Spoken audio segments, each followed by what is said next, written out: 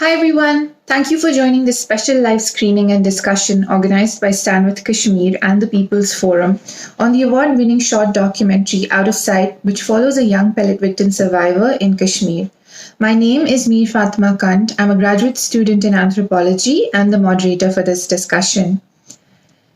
I'm honored to be in conversation with our four speakers today, who will share their experiences of making this documentary and expert comments on the use of violent technologies by modern state power for the purposes of maiming.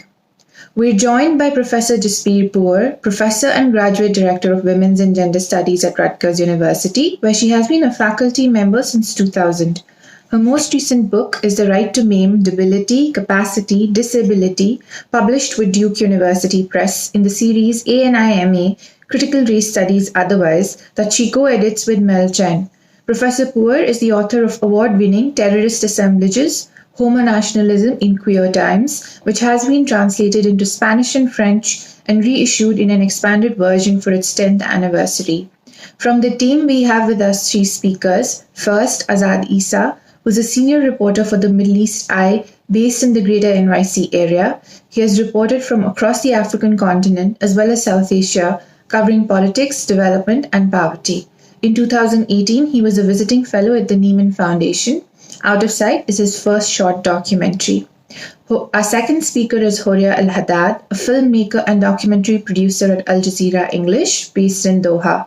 Horia's most recent films are A Marrakesh Tale, Paris, Voice of the Suburbs, When Time Stopped at Sea, East End Undertakers, Undocumented and Under Attack, and Out of Sight in Kashmir.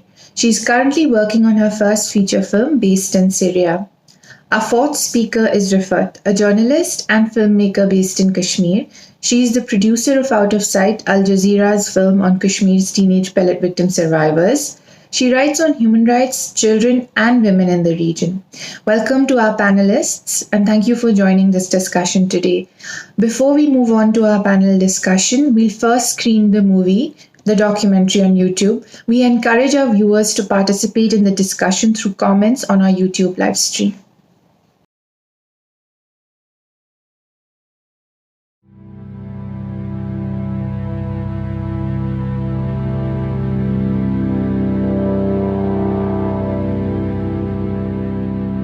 Kūtus में दोप ना थोड़ा पाग मगर बहुत शुन पर कि दोस्त बात अच्छी कोई चश्मस पातर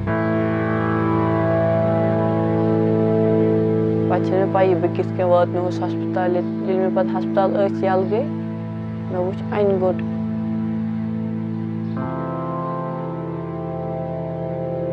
तान पर सापत सारनी खूब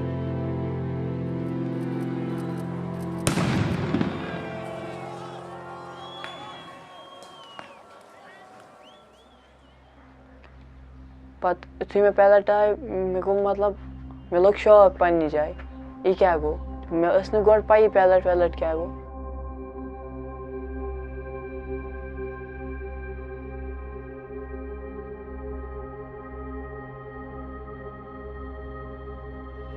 कि मतलब ऐसे न तो सा आइतन नेबर का वन सा सारनी खो वन छे मतलब ऐसे बेहवा नेबर का वन छे बेहवा क्या तमिस दपान क्या पता अगर अस त लगान अस त माग सोचे इन पे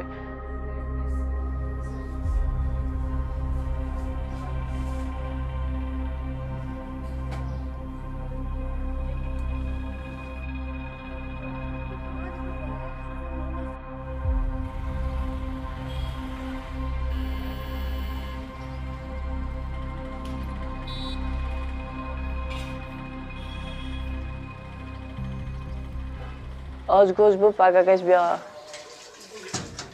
यमन लोग शौक युथुई मे दोप कि मे छु निवान अथ कहीं पत गो मन वारिया मुश्किल पन्न जाए अमिश बथिस ज्यादा छना वाओ गोरियो छ से लेना तत Suisse गसना मुशरा Farzan oldu kodo se kyo mishi pura butiz Oliye ad go portu ma chu tyo ya asıp çekolas bunları Ekişine yesekiyim biri ekişine yem tre yeden suvar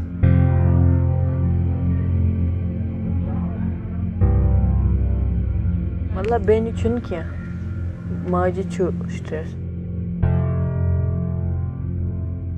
کیٛازِ سۄ تہِ آسہِ سونٛچان وقتَس کہِ مےٚ تہِ اوس نیٚچوٗ اَصٕل گِنٛدان باقیَن سۭتۍ اوس باقیَن ہِنٛدی پٲٹھۍ روزان کہِ وۄنۍ چھُنہٕ یہِ تیُتھ کینٛہہ تَمہِ کہِ وجہ سۭتۍ آسٮ۪س سٹرٛٮ۪س. یہِ اوس اَصٕل پٲٹھۍ أمِس یَنہٕ آے وۄنۍ برٛینَس یا أچھَن آیَس تَنہٕ ہیوٚت أمِس زیادٕ تیزَر کَرُن أمِس پیوٚو برٛینَس دَوا تَمہِ سۭتۍ اوس یہِ تھوڑا گژھان پَتہٕ اوس یہِ بیٚیہِ کَران تی.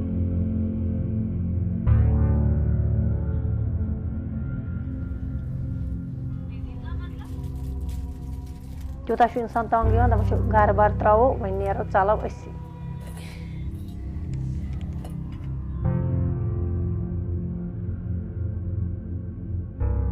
سُہ گوٚو ؤسۍ سُہ چھُ طوٗفان آمتُے سُہ چھُ واریاہ بوٚڑ تٔمۍ کٔرۍ أسۍ واریاہ توتہِ مٲلۍ سُنٛد چھُ آسان اکھ ساے اکھ أکِس بَچَس. اگر اکھ کٲم اوس کران بہٕ ٲسٕس بیٛاکھ کران توتہِ ٲس تٔمۍ سٕنٛز نظر گُزر أمِس پٮ۪ٹھ روزان. تٔمۍ ژھُن اَسہِ تٔمۍ ژھٕنۍ اَسہِ سٲنۍ ناوٕے ڈُبٲوِتھ. اَسہِ روٗد نہٕ کانٛہہ تہِ سہارٕ اَسہِ اوس سہارٕ سُے.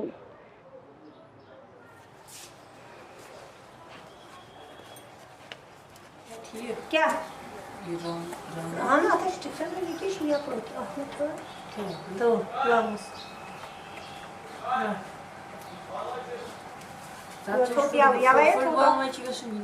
نا تیٚلہِ وۄنۍ واتہٕ دُکانَس بیٚکھ نا وٕنۍ وۄنۍ آز وانٕے کوٚر ژےٚ.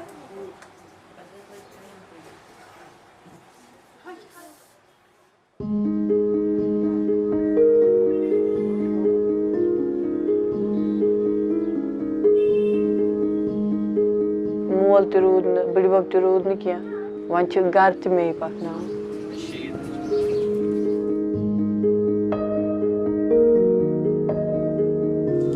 ڈِفکَلٹی چھِ یِوان اگر مےٚ کٲنٛسہِ وَنان سودا دِ وۄنۍ چھِ آسان تٔمِس پونٛسہٕ مےٚ چھِنہٕ آسان پَیی پونٛسہٕ کوٗتاہ چھِ پَتہٕ چھِ مےٚ پٮ۪وان لٮ۪نسہٕ سۭتۍ تہِ چھِنہٕ گۄڈٕ وارٕ مےٚ کوٗتاہ چھِ واپَس دیُن بیٚیہِ چھِ مےٚ منٛزٕ اَلدٕ بَدل گژھان چیٖز. مےٚ اوس نہٕ زانٛہہ سوٗنٛچمُت کہِ بہٕ چلاوان یہِ دُکان مےٚ اوس پَتہٕ بہٕ کَرٕ کینٛہہ نَتہٕ بدل کینٛہہ کٲم اَصٕل کینٛہہ کٲم.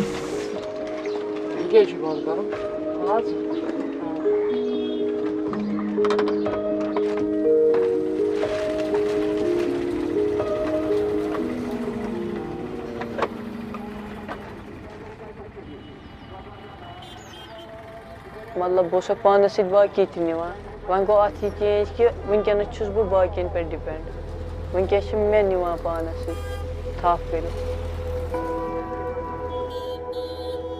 کَرییَکھ نا وٕنیُک تام واریاہ آپریشَن مےٚ اوس آسان ڈیٹ کُنہِ وِزِ چَک اَپ خٲطرٕ بہٕ اوسُس گژھان تور چَک اَپ خٲطرٕ پَتہٕ دوٚپ یِمو آپریشَن کَروے ہٮ۪کوے نہٕ ژےٚ وۄنۍ کٔرِتھ کینٛہہ اَتھ چھِ رِسِک اَتھ ہیٚکہِ لٮ۪نٕس پھٔٹِتھ پَتہٕ ہیٚکہِ نہٕ گاش روٗزِتھ کِہیٖنۍ.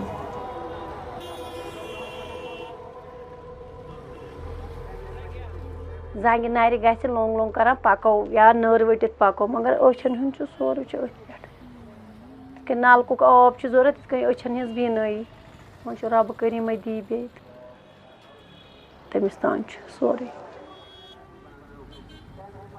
بہٕ حظ چھُس چاہان بہٕ گٔیوس تہِ اَتھ چھِنا وۄنۍ نٮ۪برٕ لایان کٲشرٮ۪ن بہٕ حظ کھوٗژٕس گَرِکیو دوٚپ پَتہٕ وَن لٲنَے ژےٚ زیادَے ژٕ چھُکھ پٮ۪لَٹِک تِم تہِ پَتہٕ کَرنَے ژےٚ زیادَے تَتہِ اسی لیے گوٚژھ نہٕ وۄنۍ کِہیٖنۍ بہٕ اوسُس پانہٕ توتہِ وٕچھِ بہٕ تَتہِ کیٛاہ وَنان تَتہِ اگر دَپہٕ ہن ژٕ گژھکھ ٹھیٖک سُہ اوس بہتر وۄنۍ گٔے اَتھ حالت خراب تَتہِ چھِ لایان اسی لیے گوٚژھ نہٕ وۄنۍ کِہیٖنۍ.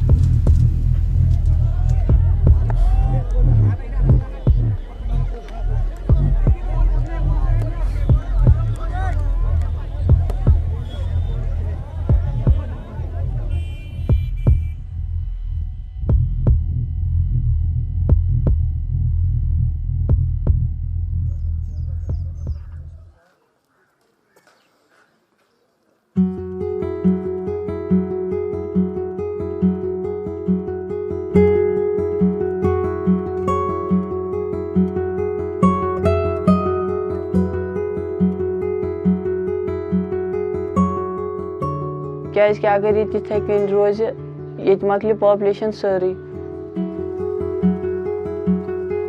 پَتہٕ نہ روزِ سون ناو نہ کینٛہہ. یہِ چھِنہٕ شرارت یہِ چھِ سون حق.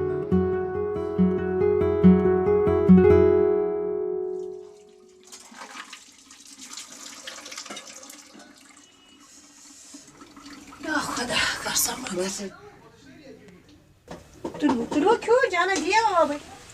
Olsa keyif. Narmi kayır da keyif.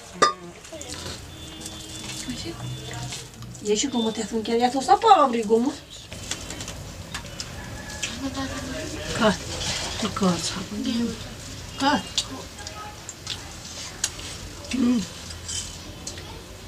Mancım.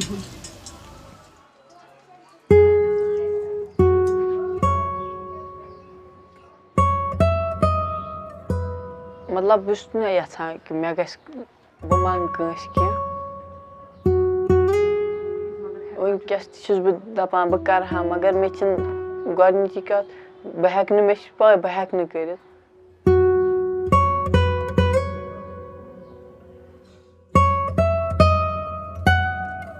मतलब अंदर में मगर दपान दिल चिगास चिकार ट्राई कैसे कि हम अच्छे नहरन के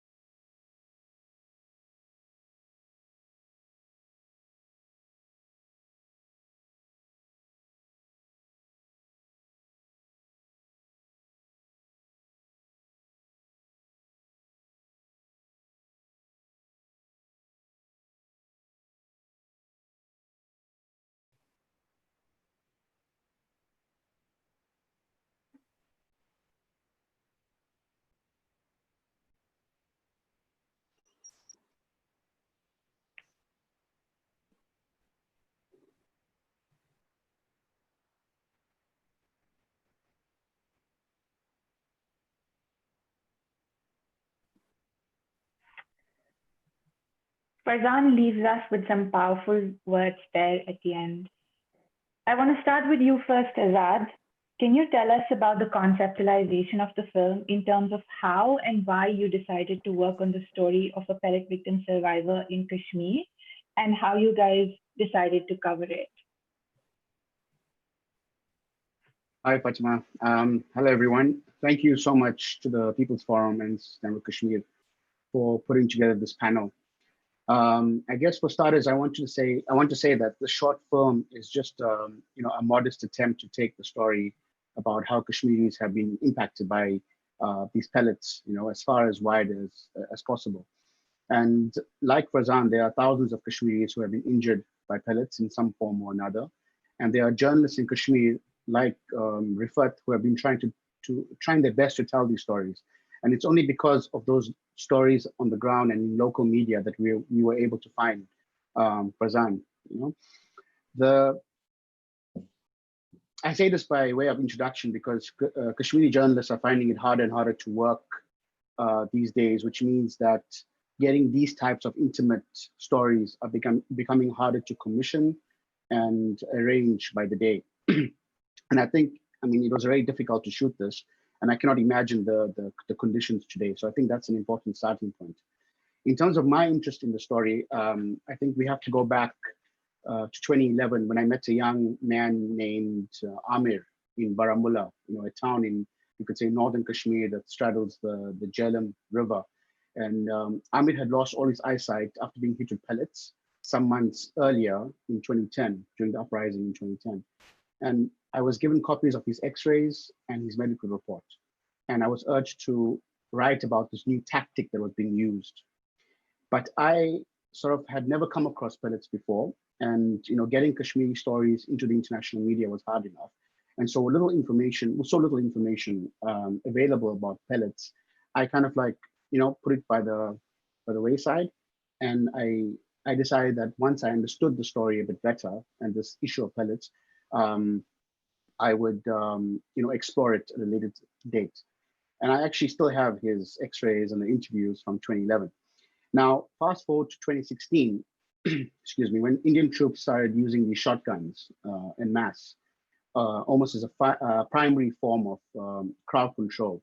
They would spray these lead-based pellets into the crowds, often indiscriminately, and hundreds of people would get injured or maimed or blinded by these small lead-based pellets. And so, because so many people were being injured in 2016, the news started, making the rounds. and we started finding out more about the ways in which they were being used.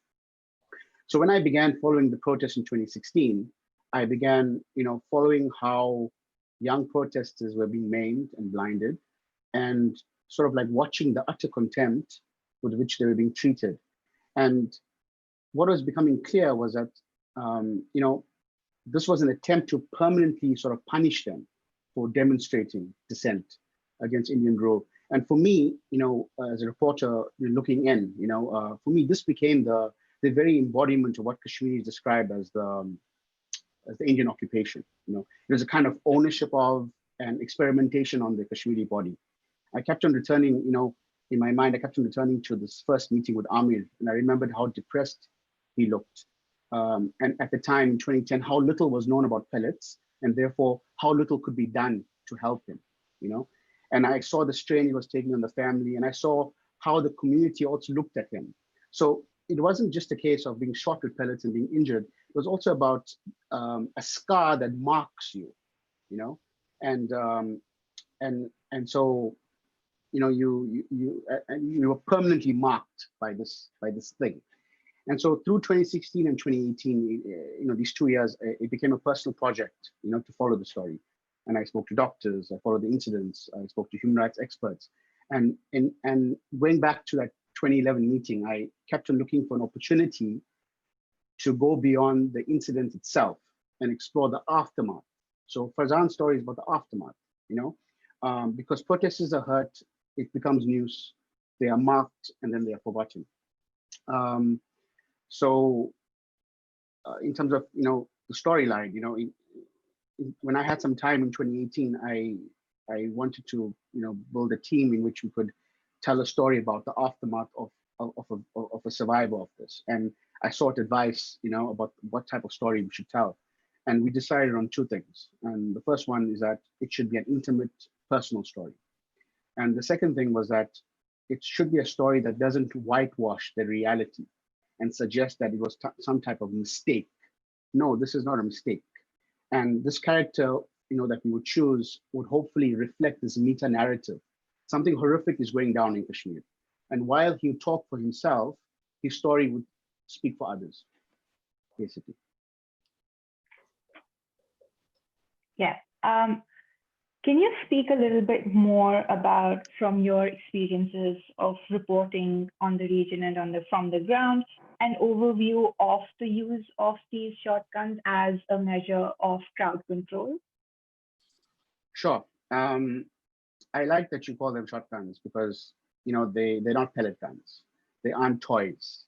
These are pump action shotguns that shoot lead-based pellets. These weapons are made by the Ordnance Factory, a huge arms manufacturing company operating under India's Department of Defense. The company has huge deals with countries in Europe, in the US, Turkey, and others, which is something I think people should look into. The pellet guns that the Indian forces use in Kashmir, they have a couple of different types, but the cartridges are either 300 or 600 pellets of just around 3 millimeters each, or just under 3 millimeters each pellet. And so these are described as non-lethal weapons or like methods of crowd control. But even this flagrantly false description is incumbent on you using it from a distance of 50 meters or more from crowds of people. So these pellets are shot out of the shotguns, right? And they come out in clusters. So when they are shot out, they first travel in a cluster and then they disperse over that distance. So it's sold as if it will hurt, but it won't maim. Now, it's a ridiculous idea, but anyway, Indian forces have been using this inappropriate weapon in a very seriously dangerous way by mostly shooting them at close range and firing them indiscriminately into the air. So, and the proof of this is that most people who have been hit by the pellets have been hit by, they find cluster of pellets in them, which means that they were shot at close range, and meaning that the pellets were not able to disperse. And second proof of this is that many Kashmiris injured by the pellets have been injured in the face, which means that not only are they shooting these cartridges close up, but they're firing indiscriminately, upwards. So in 2016, for instance, 25% of those hit by pellets in Kashmir were hit in the face. So this means that there are young people in Kashmir with pellets lodged in their skull, in their throat, the back of their gums. Um, Now, in terms of impact, right? What is important to know is that doctors in Kashmir have had very little literature to refer to when dealing with these cases. So they have had to sort of deal with these pellets on a case-by-case basis, innovating faucets, to pull out these pellets, and trying to find out quickly, that these pellets are actually very difficult to remove and very dangerous. Because these pellets also, because they are lead-based, they can't use magnetic forms to pull them out. So imagine being in a conflict zone and not being able to deal with a weapon that you don't even understand. And finally, Farzan says that when he is in the sun for too long, his head begins to heat up inside. So, these pellets are lodged into his head. And so this has long-lasting and untold sort of trauma on those who are hit by it. Thank you for that overview, Azad. I want to turn to Rifat now to focus on the process of making this film on Kashmir. Rifat, so this particular story of Farzan, what compelled you about this particular story, and what did it take to develop a relationship with the family to be able to comment on the struggles of pellet victim survivors in Kashmir? Thank you, Fatima.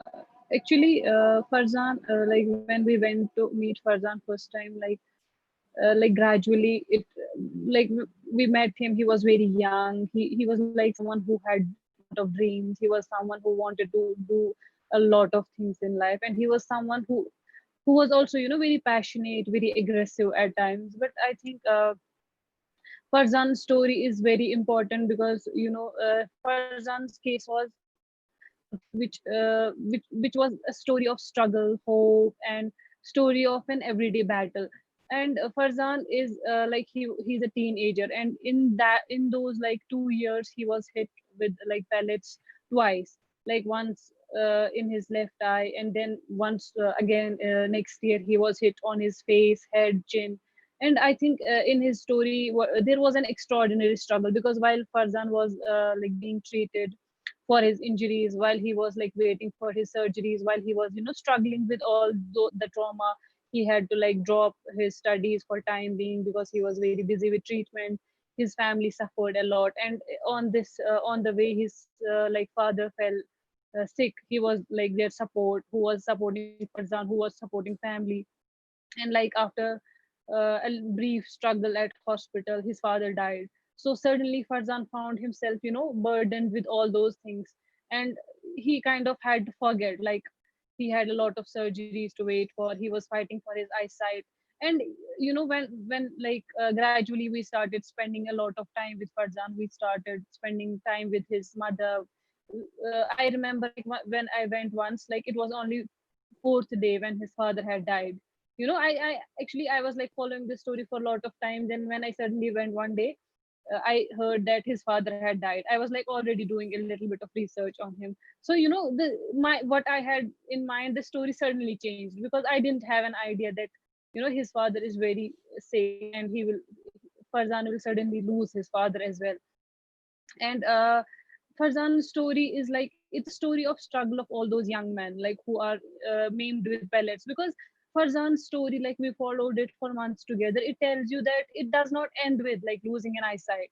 It does not end with an individual. It does not end with a person who is like who loses his eyesight and who gets injured and who has a surgery to wait for, who has a struggle to wait for a turn in the hospital. The whole idea is to tell the personal story of an individual. Because when you see Farzan's story, it is story of the whole family. It does not only end with Farzan. It does not only involve Farzan. It involves the whole family. And similarly, when we look at all those pellet victims who have been hit, it adds thousands of more people with them, because it adds their families, it adds their parents. It kind of collapses their whole family structure. Because when we were like following the film and we were spending time with the family, and suddenly it becomes it was like a kind of emotional struggle for us as well, because daily we were witnessing him. Sometimes he would get aggressive with his mother, sometimes his mother would lose control. It's like it was not just it was not just his fight, like to kind of get his himself treated. It added all the other battles, like he didn't want, for instance, he didn't want to run a shop. He didn't imagine that he would have to run that shop that his father was running. He kind of had big dreams for himself. All the young people have in their life, like he wanted to get educated, he wanted to do better. But suddenly when he found himself in the middle of all this, because he cannot see, he cannot walk all by himself.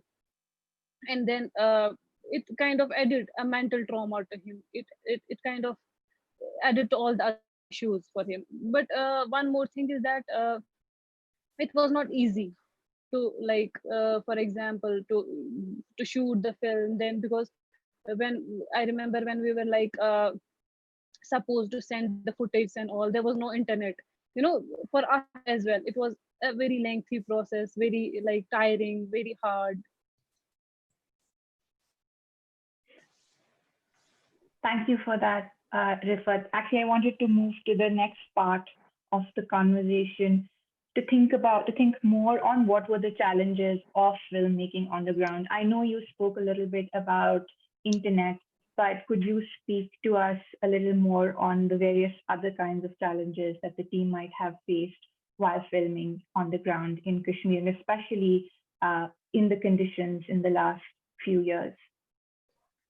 I think, yeah, we like there are a lot of struggles when you are a journalist in Kashmir. You kind of prepare yourself for all those struggles.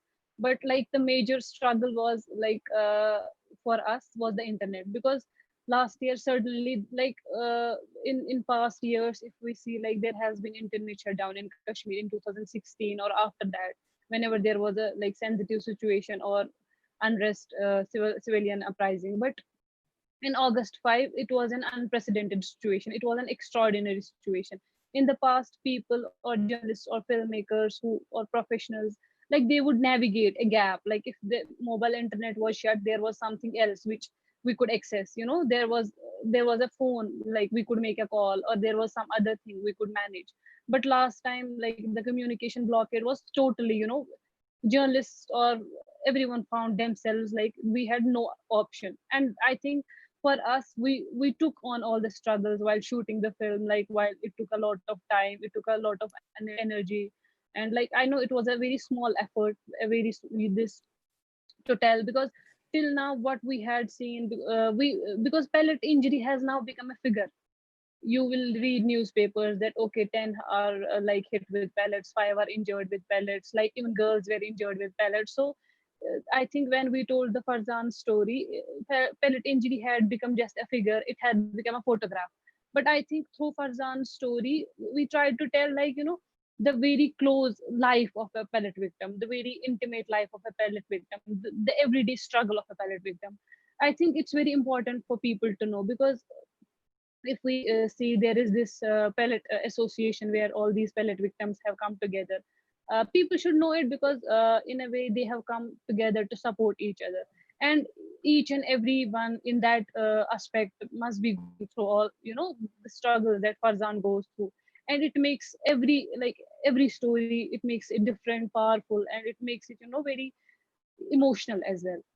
So coming back to this part of internet, I think the last year that was the major problem we faced, because when we had to set the footage and all, when we had to work on like our footage and videos, the internet was the major hurdle that we came across.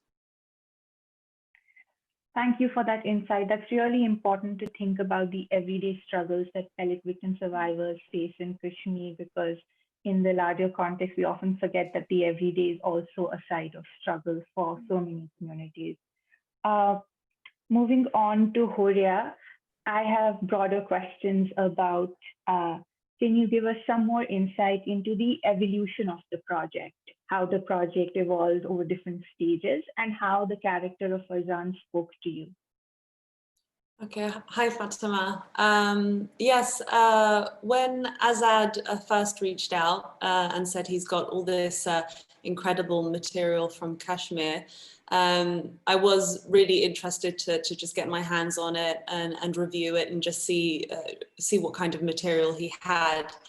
That's mostly because, particularly in television, everyone knows it's just so difficult to get material out of Kashmir.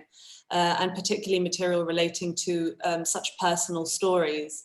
So once I did have a chance to review all the material, I was really pleasantly surprised by the strength of the material, really. And I think that's testament to Rifat's effort that she put in with Farzan over all those months and building that relationship with him. You know, watching some of the footage, it's magic. It's like you're there in the living room with the family. And that's only due to the efforts of Rifat and her team. So I immediately knew that this material was really special. And, you know, I really wanted to help Azad, you know, and see if we could work on something and produce something quite special together. So I would say the evolution of the project was really just kind of, you know, getting our eyes on the material, figuring out what material there was and what we could do with that material, and then kind of just going from there. So I remember looking at the footage, reviewing it, and thinking, okay, well, this material will make up this scene and this will make up this scene, but actually this is just one clip. And although what he's saying is really important and special, like we don't have those elements to build up a scene, because we decided, you know, in keeping with such an intimate kind of portrait of Farzan, we wanted to make this documentary in the observational documentary style. So with observational documentary, we need various elements to build up a scene. You know, it's not necessarily just an interview. You know, there are shots of, you know, someone opening the door. Like it's kind of sequence driven, like an action sequence, observational style. So the first thing we did was just, you know, in the edit, just put down all the material that we thought could build a story. And then the second phase of that was for Azad and I to discuss, you know, what elements we thought was missing. So, I mean, the general thread of that story was, you know, like the basic thing is, okay, 18-year-old Farzan, you know, is a pellet victim and he's coming to terms with the loss of his eyesight. So how do we build that story around, you know? So that's how we decided to go for a second shoot and see if we can build more scenes into that and just kind of, you know, pad that story out a bit. I know you spoke a little bit about reshooting the scenes, but could we get some more insight into what it took, the kind of effort and the kind of, because I know this communication was happening with the team based in 3 countries and trying to then come together to reshoot the scenes. What were some of the considerations in terms of telling the story? You know, like I know you said it being an observational documentary style, but what were some of the considerations that you had after you received the content? So one of the biggest considerations was the fact that part of the footage was filmed in summer and part of it was filmed in winter. So already, you know, for a short documentary, you know, we just had to make sure that, you know, far from misleading anyone, but just for it not to be such a drastic difference. So we shot scenes inside, indoors. And also a big part of that was also going back to the interview, seeing what their most strongest sound bites were and kind of building scenes around that, you know? So for whatever they say, we want like the footage and what we're seeing to complement that. For example, the scene with his father or him looking at the photographs of his father at home, you know, this was a big part of why Farzan was so angry and why he was going through, you know, so much hardship. You know, not only has he lost his eyesight, but he's doing so, you know, amidst the loss of a father and also having to step up as the main breadwinner of a family. That's a lot for an 18-year-old to deal with. So it was about kind of capturing those scenes that would help tell that story visually rather than just saying it. Thank you for that insight. Before we bring in Jasbir to talk about the structures of impunity and abuse, it's a question for the whole team. Whoever would like to answer it would be great. There's a scene in the movie which is where Farzan talks about space, the outside space, and this outside space and this everyday becoming a site of fear, because he's saying that we were all hanging out in that outside space, perhaps outside the house, on the street, outside the shop front, where all the friends would gather. But then he talks about this fear of the outside. And I thought that very nicely ties into this comment on the everyday and this fear of the pellets. But the everyday also becomes a site of fear. So was that deliberate, like in terms of that being placed or that being a part of it, because that is a lived reality for this big community of pellet victim survivors? Sorry, was that to me? Sorry, it cut out. Oh, to everyone. Oh, it's for the whole team, whoever would like to answer it. Okay, I'll answer it. I think what he meant, because in the locality where Farzan lives, there's the boys are used to go out in the evening, chill out in the evening, sit on the shop fronts and talk to each other. I think he meant to say is like, after his situation, I think it was just what he said. It was very natural what came out of him. He meant to say that when they used to chat, they used to enjoy outside, they used to sit outside after his situation, because his friends are they are much aware, they know and they see and they witness his struggle every day. And when they see him, they kind of get scared, they fear that situation might return to them. And it also talks about, if we go deep down into it, it also talks about the kind of struggle, it scares the other person. It scares the other person. See, if it happens to you, how miserable or how difficult, or how tough your life will become. So he maybe he might be having those conversations with his friends, who might be, because sometimes they help him to walk, they hold his hand, sometimes they help him in the shop, sometimes they help him to count the money in the shop. So I think that's what he tried to kind of describe his struggle to his friends. We have an audience question on the specifics of the documentary, where someone's asking, how can we support Farhan and other victims of pellet gun injuries in Kashmir? Azad or Rifat, do you want to answer that? Well, the problem is that, as you know, Fatima, sending money to Kashmir is not that simple. So, there's these bans on foreign, foreign donations, etc. So, I think if they want to assist, they can get in touch with us privately, and we can explain to them if they want to, help out if it comes to income, if they want to help out when it comes to other kinds of resources, then we can direct them to the people who can facilitate that. But no, just sending money to the association for the pellet victims is not possible from outside. And so, yeah, you can chat to us, and you can talk to me, you can talk to Rifat, and we can give you some ideas of what can be done. All right, thank you, Azad. Zooming out of the specifics of the documentary, I want to bring in Jasbir here.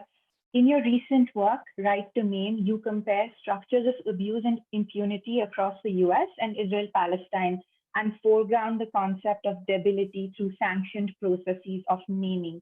Given how pellet shotguns are deemed as non-lethal weapons for crowd control in Kashmir by the state, how do you see this fitting into the global network of maiming and debility by imperialist states?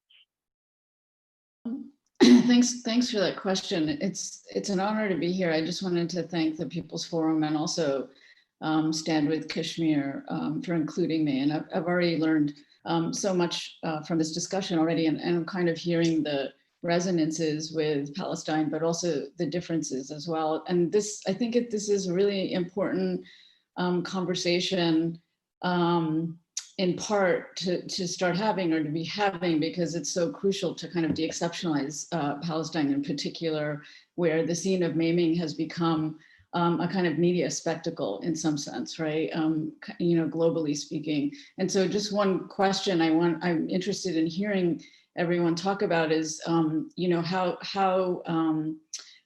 certain scenes or theaters of maiming garner more concern than others. I think Azad was just pointing to the way a humanitarian aid economy can or cannot cohere around certain political situations. So I'm really interested in that. There's also something to be said about targeting the eyes versus targeting the legs, which is what's happening in Gaza, and both are happening in Palestine. But the focus since the first Intifada has really been about the break their bones policy that Yitzhak Rabin put into place during the first Intifada. And so in terms of the question of impunity, I think that, there is a humanitarian aid economy around Palestine that understands what's happening, for example, in Gaza as a humanitarian crisis, as a disaster, as opposed to a liberation movement. And so there's that kind of depoliticization going on that allows for a particular version of disaster capitalism to take hold, as opposed to looking at the kind of political repression that's going on. But one of the ways I wanted to just highlight, in terms of a kind of global network of thinking about maiming, and again, as I've kind of talked a little bit about this, but the usage of this term non-lethal. And we can also talk about this term crowd control as well. So in the United States, we have been having this conversation about the quote unquote non-lethal status of rubber bullets in regards to maiming of journalists, of medics and protesters, several of them in the eyes now. And it's also the case that, there's a claim to be using non-lethal weaponry in Palestine as a way of minimizing the violence and the kind of the brutality of unleashing this kind of targeting on protesters. And it's important, and it's important to note that the distinction between lethal and non-lethal weaponry is, functions primarily as a kind of legal distinction, right? It's not necessarily, as all of you have been pointing out, it's not necessarily related to the kind of suffering or the kind of bodily harm that's done. And what that does is organize a narrative spatially and temporally, right? It keeps our attention on the distinction between life and death, so that we don't pay as much attention to the kind of hinge between injury and death, which is what you're all talking about. And I think this hinge between injury and death is part of where the impunity comes from. It gets hidden. We ask fewer questions about what happens to those who are injured. And that's why I found the film so incredibly powerful.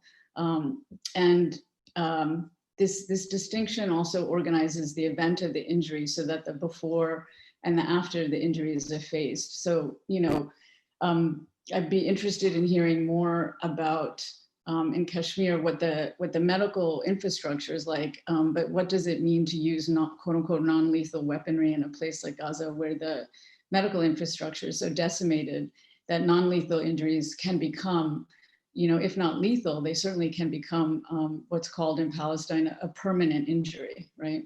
And so this is where the framing of debility and debilitation really matters. So the afterlife or life trajectory of maiming, which Azad spoke about, injury outlasts news cycles, right? Which is what Rafat was talking about. And the question of repeat injuries and everyday struggles is really important. And then there are also, kind of less known sub-distinctions of like less lethal, less than lethal, non-deadly, non-pain inducing. So, so there are all of these subdivisions around that particular binary that is kind of bought into. So for example, tear gas is quote unquote non-lethal, but the effects of long-term exposure to tear gas could count as less than lethal rather than legitimately non-lethal, right? So the distinction being managed here in this legal framing between lethal and non-lethal is actually a temporal one. It's like, what's, you know, how, to be quite crude about it, like how soon do you die from this particular, you know, event of injury? So those are some of the thoughts I had about how to kind of connect some of these conversations.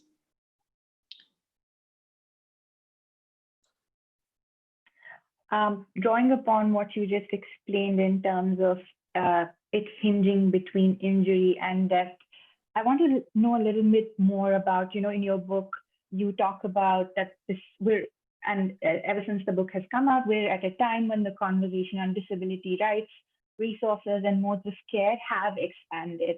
And you would, I guess, going with the book, you would categorize these forms of non-lethal weaponry under the label of sanctioned maiming, which you explained is somehow seen as more humanitarian because it doesn't kill, it only injures.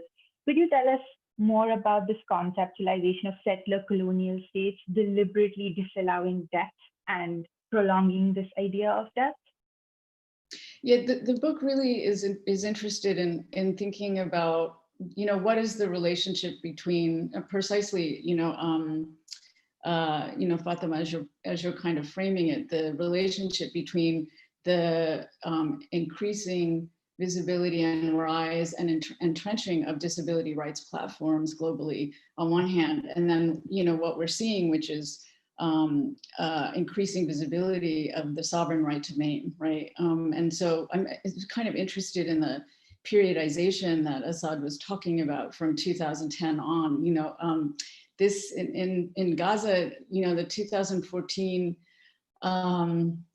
siege of Gaza, war on Gaza was really focalized around civilian deaths. And so what people didn't see or kind of realize is that 10,000 people were disabled in that war and continue to live with disabilities or permanent injuries in particular kinds of ways.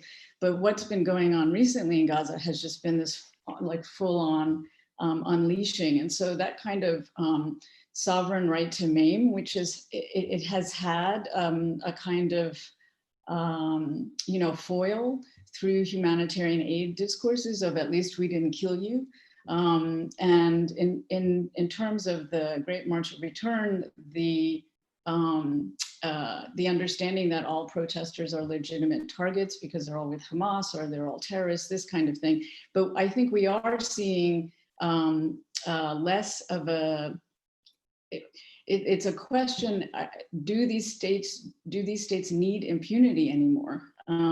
Or is there a kind of completely unleashed, you know, spectacle of the right to maim that's being kind of globally sanctioned by international communities? So in the book, I was really thinking about this kind of letting live as always a kind of gift, and the assumption that that letting live is always, you know, is better than a kind of right to kill or the making die quadrant. But now I'm also wondering about the kind of out and out permission that states give themselves to actually just target without any kind of explanation or any recourse to these humanitarian aid discourse, humanitarian aid frames. So I'm interested in thinking about how this is progressing, even as the kind of disability rights frames become more, you know, popularized as a way to address disability, and also whether that has any presence in Kashmir also, because in Palestine, there's a kind of very vast NGO network that's kind of constantly attending to the injuries and the collateral damage of the occupation. And so, you know, not sure if that's applicable in any way to Kashmir in the same way. Thank you, Jaspreet. We'll drop on those questions in a little while. We have some audience questions, and maybe you can answer this one. This question asks, what percentage of pellet gun injuries lead to serious injuries, if not all? What do international laws say about the use of pellets? Sorry, is that for me? Yeah. So I would know less about. I wonder if Azad might know a little bit more about that. I would know less about pellet guns or pellet bullets in particular, actually. And in terms of injury, I can speak to Gaza. You know that in the last 2 years of the Great March, almost 2.5 years now, there's been more than 30,000 injuries, and more than 7,000 of them have involved injury to the lower limb. And again, it's almost, if we talk about percentages of how many, what's the percentage of injury, but this, you know, going back to Rifat's point, like these are usually kind of accumulation of injuries, right? There's kind of multiple injuries that are kind of generationally as well as within one generational sustained. So it's complicated to think about what's the percentage. Okay. Azad, I want to redirect this question to you because the question brings up this interesting point about what do international laws say about the use of pellets?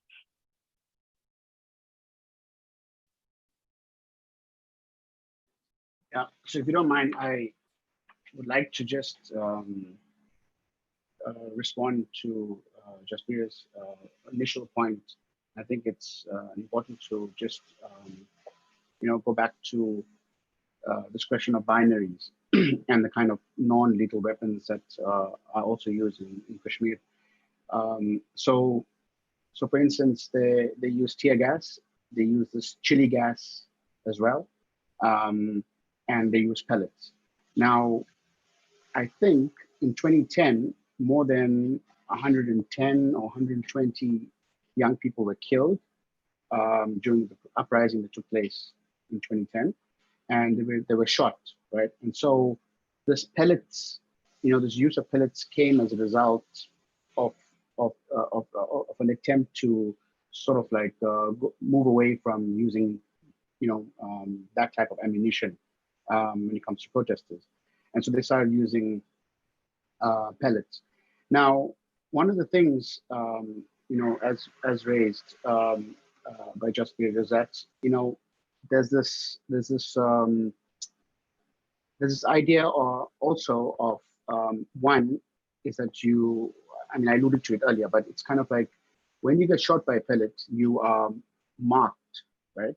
And so when you are marked, what that means is that if you go to the hospital to seek attention, you are likely to get arrested. If you are hurt by pellets, you may not get a job. And the society also shuns you. So that is the consequence of being hit by a pellet, not being killed, but also being erased in some ways from a normal member of society. The other thing is that, which is also very interesting, but also disturbing, is that there's also a binary created with regards to, a pellet victim and then the perfect pellet victim. So you have victims or survivors who are perhaps throwing stones or in protests, and they are seen as deviant, and they are totally pushed out of any sort of assistance or any sort of they lose like the moral high ground for taking part in protests. But if you are a young girl or young boy or an old member of the family sitting in a house and you hit by pellets mistakenly, then suddenly you are become the perfect victim, and it totally washes away the fact that 1.3 million pellets were shot during 2016, and just one person was shot in error. So I think that binary that's created also by the mainstream media is also an important factor as well.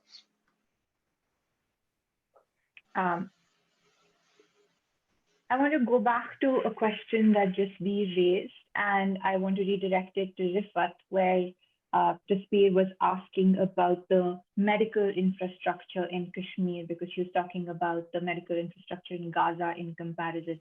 So would you speak to that a little bit about the medical infrastructure in Kashmir and your experiences of reporting it and experiences of the medical sector there? I think when it comes to medical infrastructure, there are like lot of issues because if, for instance, there are two tertiary care hospitals, and mostly one SMHS hospital caters to these ophthalmology like issues or like pellet injuries. Mostly, it's catered there, so it's overwhelmed most of the times. Like during these like when there was a civilian uprising, that time it was like overwhelmed. And I think when there is like some advanced treatment, most of the patients like either have to go outside like for treatment, which becomes very costly for them, which becomes unaffordable because they are already burdened by so many things in life. And then this becomes an extra burden to their families, like to go for pellet surgeries or to go like outside the Kashmir. So like or even if they kind of prefer to get treated in Kashmir, they have to like wait like months together for surgeries. And I think delayed treatment has become problem among most of these pellet victims. I'm so sorry, Fatima. Go for it. I didn't answer your question about international law, did I? No, you didn't. I mean, I think it's obvious. It's clear that these pellets and the way that they're used are in breach of international law. I think that's pretty clear. All directives regarding international law say that all kinds of weaponry are meant to be used. Um, you know, they shouldn't contravene like the principles of proportionality. You know, so any kind of weapon that's used has to fit under the has to apply to war and warlike situations, and you can't be deliberately targeting civilians or using them to maim. So I think, I mean, I don't know what the exact framing is, but I know there's some kind of I think there's a basic principle for the use of force and firearms that clearly talks about that. And I suggest, I mean, I could probably find it and send it over to whoever asked the question. But as far as I know, the disproportionate use of these pellet guns are in contravention of international law. I want to bring in another audience question, and I'm going to read it out. And it says, COVID-19 pandemic has been a huge opportunity for the fascist state to suppress all protests. How is Kashmir doing now, and what could protests against colonial rule look like now? So maybe the team could go for it. Anyone from the team could go for it.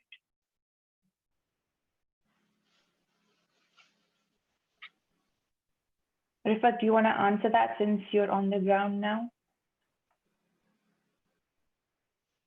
I think we are currently like under fighting this pandemic, so people are busy with that to save themselves, to stay in their homes. And has the pandemic, from what we've been seeing and what has been reported in the last few days, has this pandemic also become an opportunity for increased surveillance in the name of law and order?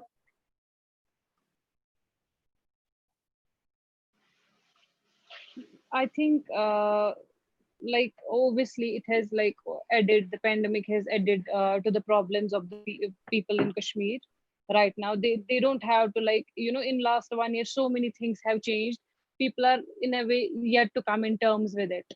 You know, it's like they are not able to understand how to react. They are kind still in shock how to react to the whole situation. And when they were kind of, you know, in the middle of this shock and suddenly this pandemic happened, so you can imagine the chaos in like in the minds of the people, and like how much burdened, you know, they feel with all this right now. Yeah, and the lockdown is almost going to, the double lockdown is almost now going to be a year old on August 5. Exactly. There's another crowd control specific question with regard to India from the audience, where an audience member asks, can you tell us if this method of crowd control is being used anywhere else in India, or the world for that matter. I know Jasbir spoke about it in terms of Gaza and Palestine. The audience member specifically asks, there have been far more violent protests in India. Maybe Azad, do you want to take this question and talk about why, as the audience member asks, why they haven't used pellet shotguns maybe anywhere else in India? So I would be lying if I said I don't know why they don't use it in other places, but I can only guess that it's Kashmir in many ways is a very different area. It's we talk about international law. What laws work in Kashmir? You have all kinds of legal mechanisms that protect the armed forces in Kashmir. They basically can do anything in Kashmir. Think about the home demolitions that are taking place right now. If they are hunting down like so-called rebels or militants, whatever you want to call these young men, then they demolish 5, 10 houses at a time, leaving people homeless during a time of COVID. What law? Where else do they do that in India?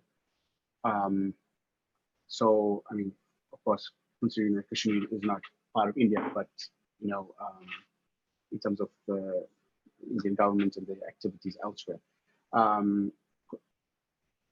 You think about human shields that they use in Kashmir as well. So if, in Kashmir, the point is that if a civilian or any Kashmiri is seen as a threat to the state in any way, then the armed forces can basically perform in any direction, and take any measure that they seem or deem appropriate. Now, in terms of where else pellets are used, recently they were used in Chile during the protests there. I saw a report a couple of days ago that they were used, but different types of pellets were used in the US itself. And they use pellets, they use rubber pellets. And so someone was hurt in the eye during a protest, but they managed to save the person's eyesight because the pellet was a little bit different.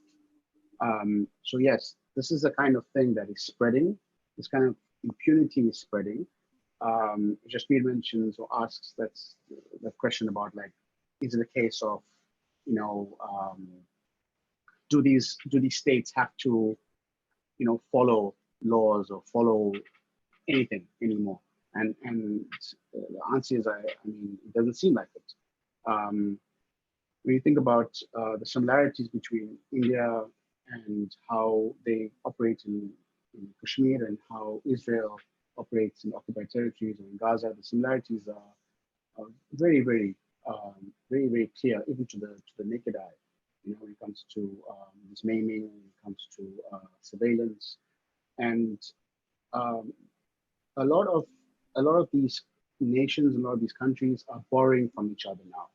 So if pellets are used in the US, I mean, they learned it from someone else, and because so many countries and so many states are becoming so embroiled in terms of like pushing towards like a right-wing kind of like authoritarian agenda, then it becomes even harder for anyone to actually speak out against another state, because they're doing the precise thing as the next door neighbor, So yeah, I don't know if that answers your question, but yeah, the pellets are being used in other places. I'm going to return to Jasbir and ask this another audience question, which is about the kind of recourses that people have to draw attention to this, in terms of, since you've seen the use of pellet guns, and in your book you talk about this kind of maiming against protesters in the US, also in Israel, Palestine, because there have been some kind of campaigns and people's driven movements. So would you be able to speak to these modes of recourses that people and communities might have, and that you may have seen or researched on? Yeah, some of that is a kind of forthcoming, research and work that I'm doing, mostly in the right to maim. I'm tracing the logics of and the illogics of state violence, unfortunately. But I will say that a kind of complicated nexus is kind of disability rights platforms and the NGO and humanitarian aid network, because it's both solicits an audience that's watching and looking for, I think Azad brought it up, the kind of perfect victim or the injured body that can be in some ways respectable or rehabilitated enough to be a disabled subject. And so there is, there is that interface between disability rights organizations and NGOs and the possibility of that visibility through that kind of rehabilitation. But obviously it comes at such a great cost in some ways, because it's really about understanding disability in one very, very, particular way. And in the same sense, the humanitarian aid networks are compromised because they have to transit through Israel in order to have access to the occupied West Bank and in order to have access to Gaza. So there are some organizations that are doing disaster capitalist intervention. Doctors Without Borders has been there for quite some time. And so, the results of that are again kind of mixed. On the community level, I think one of the interesting things that's been happening in Gaza as well as the West Bank is that because of the forms of mobility restriction and containment, there was an expectation that once COVID, showed up, it would spread very quickly, and it wouldn't. There wouldn't be a kind of porosity around its transit. It would just be kind of enclosed in this very small space. But the rates of infection were quite low, actually, in both places, and it remains to be seen whether or not that the rates kind of continue to be low. But it does seem like there's an infrastructure there of kind of community care and of alternatives to medical infrastructure and alternatives to relying on state care because there isn't any state care. So I think that's something to kind of think about and research or think more about how people are creating kind of alternative mutual aid or care networks that don't rely on the kind of spectacle of maiming. So when the Great March started 2.5 years ago, there was so many images of injured Gazan protesters, predominantly men, either with crutches or amputated, right? And so what are the alternatives to that kind of visibility? That would be the real kind of question. On this idea of community-driven care, I want to bring in Rifat and ask you this question. Earlier, you mentioned something about the Pellet Victims Association and how pellet victim survivors have gotten together to think about and talk about their issues and organize around their issues. Rifat, could you speak a little bit more about how they got together and how they've been organizing? I think it's a group of pellet victims. So they came together and they created this Pellet Victims Association Kashmir. And so they kind of, in all the districts of Kashmir, they kind of did a little bit of, they gathered people like them and they came together. So what they do is they kind of help each other. Like if someone needs to, study, if someone needs support for education. So by like little ways they try to help each other, and also they are coming together to kind of become each other's support, because a lot of these people need assistance, they need psychiatric help, because you must have read that a lot of these people, when they are when they are injured and slowly they find themselves caught up in this mental trauma, because suddenly they find their lives changed altogether. Like if someone was a student, he finds himself in a different world. If someone was doing some normal work, it kind of a sudden darkness falls on their lives, and they find themselves in the middle of a chaos and where their lives change forever. So what in this association, because when I was doing research for this film, so that's how I came across this association. So I interviewed some of these girls are also part of it, so I interviewed them. That's how I came to know about it. And because a lot of these people, some people find themselves in more difficult situations, so they kind of counsel each other, because when they see the other person is suffering from the same pain, it gives them a little bit of, they get a little bit of relief, or they get a little bit of support from the other person. Thank you. That's really powerful. Horia, I have a question for you. Would you be able to talk a little bit about the responses to the documentary and what kind of audience responses or responses from various portals you've gotten to this coverage on Kashmir specifically? Okay, I mean, well, there's the kind of internal responses, which has been very positive. A lot of my colleagues were very, for want of a better word, excited to see such a personal story come out of Kashmir. Excuse me. And so I think everyone just kind of got together and really tried to make it work. After we edited the general body of the documentary together and we were happy with the structure, Azad reached out to the EP of a digital documentary strand called Close Up on Al Jazeera.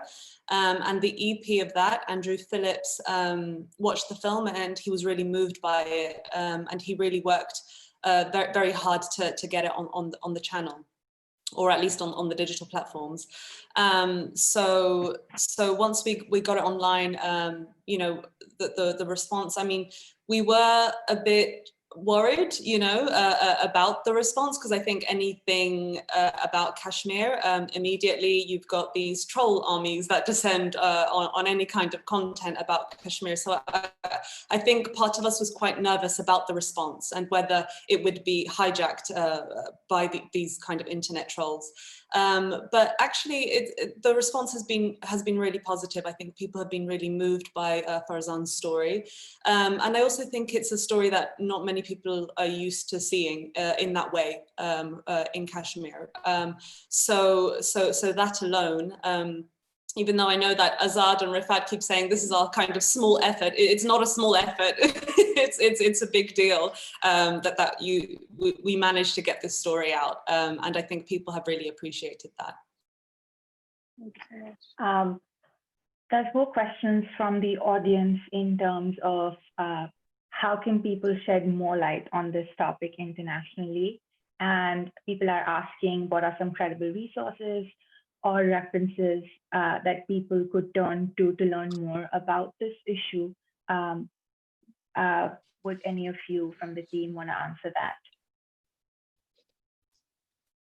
Sure, I'll take that. So one of the things is that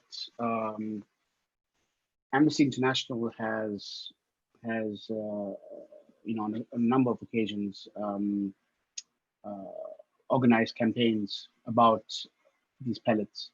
So I think the first and easiest thing to do is to perhaps write to them, to pressurize them to keep on raising this issue. The second thing is that the UN High Commissioner of Human Rights, I think they need to be made aware of this issue as much as possible as well. I think this is a start, right?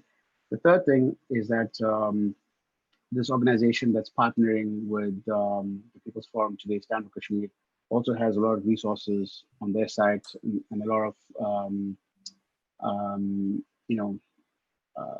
links and experts on their website that you could follow and watch with regards to where this discussion is going and what kinds of things are happening there. And I think that's the first part, right? And Al Jazeera, although I'm not on Al Jazeera anymore, but Al Jazeera covers these stories closely. And you can also look at some of the Indian media like The Wire and Scroll, who are also covering this. So I think keeping abreast of what's going on is important, and speaking to some of the people who are, trying to raise this awareness is also, I guess, the least that people can do. Um, yeah, I mean, Rifat, do you have anything to add to this? I think a lot has been written, lot of stories have been done, and I think also Amnesty International has come with a lot of reports. They have specifically come up with a report where they have profiled personal stories of 89 pellet victims, including Insha and others. So I think people can refer to those things to get more knowledge about it. I also want to turn this question to just be, would you recommend any references or sources which covers this transnationally, where like what you've explained in your book about community-driven protests and community-driven organizing around this question of maiming? Well, two things. I mean, one place to read up on is the history of the refugee camps in Palestine, because many of them, started their own, health centers and disability centers and community-based, medical care and resources in response to the first Intifada, and how many people were injured during the first Intifada. It's a kind of vast number, especially knee injuries and lower leg injuries. So there's that history that's really rich. And I often get asked, like, well, what is disability activist or disability justice organizing? What is it in Palestine? And I think, well, actually these centers were the first kind of community-based responses to what was happening around maiming, and don't get enough kind of credit for that, or they get seen as kind of technical as opposed to kind of activist or political. So there's that. The second thing that I've been finding incredibly inspiring is just when these incidents kind of come to be known on social media, and whatever you think of the obvious limits of social media.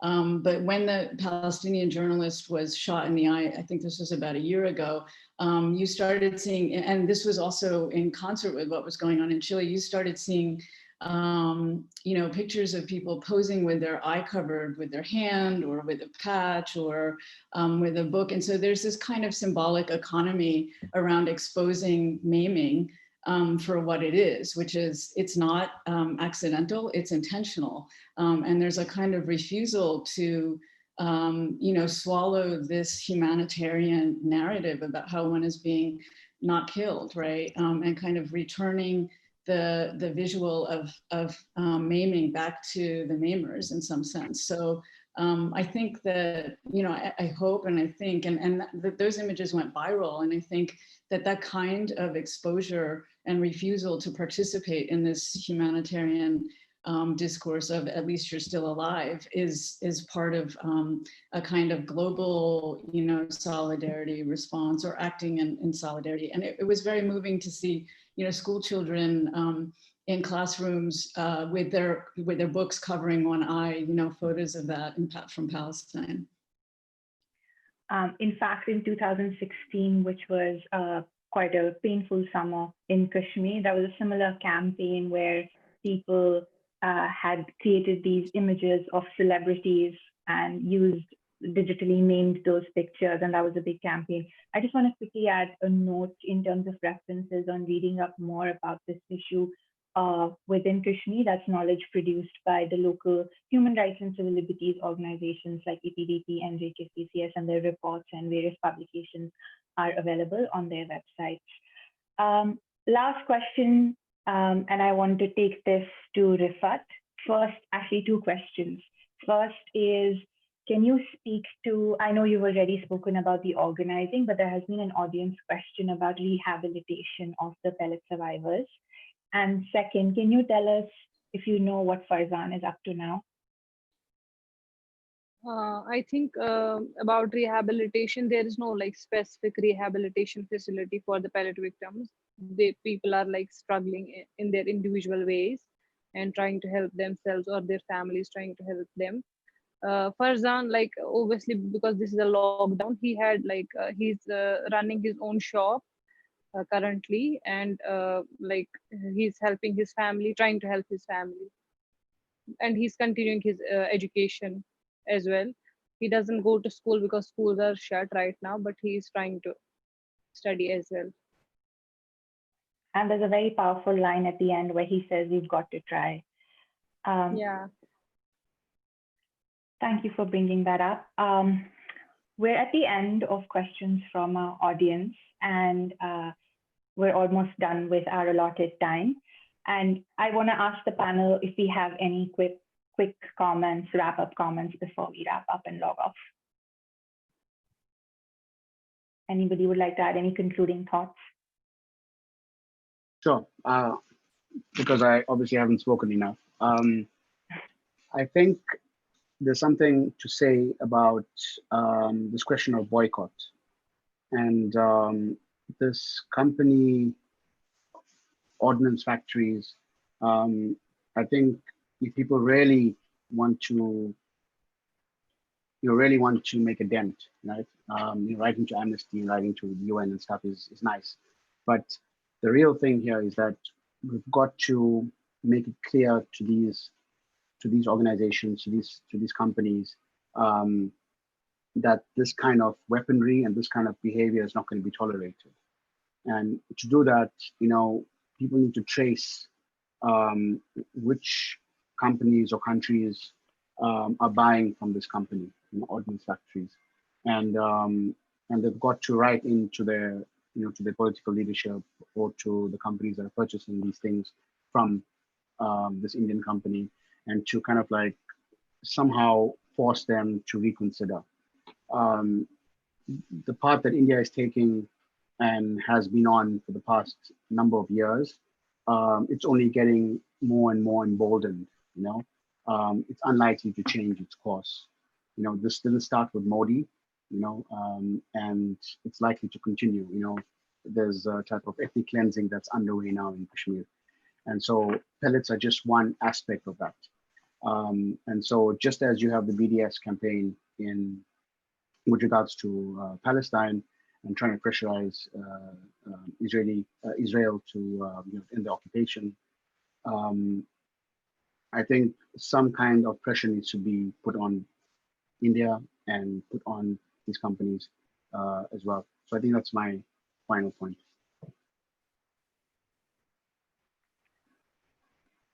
Thank you for that note of and call of action, Azad. Thank you so much to our audience for joining us for this live stream today, and for all our panelists for giving us their expert perspectives and for increasing our perspectives and giving us more on what's been going on. Thank you so much. Thank you. Thanks, everyone.